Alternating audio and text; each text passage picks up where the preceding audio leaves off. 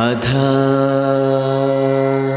पंचदशोऽध्यायः पुरुषोत्तमयोगः। श्रीभगवानुवाच श्रोत्रं चक्षुस्पर्शनं च रसनं घ्राणमेव च अधिष्ठाय मनश्चायं विषयानुपसेवते। తాత్పర్యం: ఈ జీవుడు చెవి, కన్ను, చర్మం, నాలుక, ముక్కు మరియు మనస్సు అనే ఆరింటిని ఆశ్రయించి శబ్దస్పర్శాది విషయాలను అనుభవిస్తున్నాడు. ఈ శ్లోకం జీవుడు ఈ భౌతిక ప్రపంచంతో ఎలా సంబంధం కలిగి ఉన్నాడో వివరిస్తుంది. ఇంద్రియాల పనితీరు: మన కళ్ళు, చెవులు కేవలం కిటికీల వంటివి మాత్రమే. వాటి వెనుక ఉండి చూసేవాడు, వినేవాడు జీవుడే.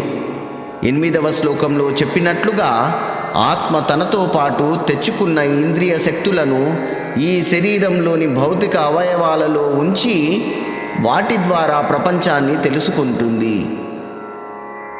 రెండవది మనస్సు. ఇది ప్రధానమైన కేంద్రం. ఇక్కడ మనశ్చాయం అనగా మనస్సుని కూడా అని ప్రత్యేకంగా చెప్పారు. 5 ఇంద్రియాలు ఏ విషయాలను సేకరిస్తే వాటిని క్రోఢీకరించి ఇది బాగుంది, ఇది వద్దు అని నిర్ణయించేది మనస్సు. మనస్సు తోడు లేకపోతే ఇంద్రియాలు ఏ విషయాన్ని గ్రహించలేవు.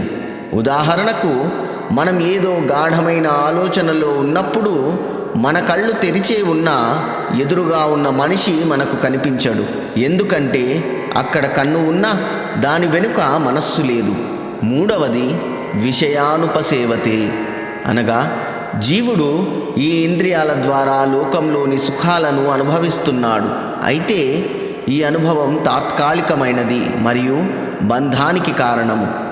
జీవుడు తనను తాను ఈ ఇంద్రియాలతో గుర్తించుకోవడం వల్లే నేను చూస్తున్నాను, నేను తింటున్నాను అని అనుకోవడం వల్ల జనన మరణ చక్రంలో చిక్కుకొని పోవుచున్నాడు.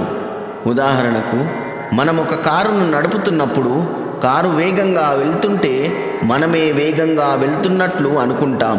అలాగే ఇంద్రియాలు పొందే సుఖదుఖాలను ఆత్మ తనవిగా భ్రమిస్తుంది. ఓం నమో నారాయణ.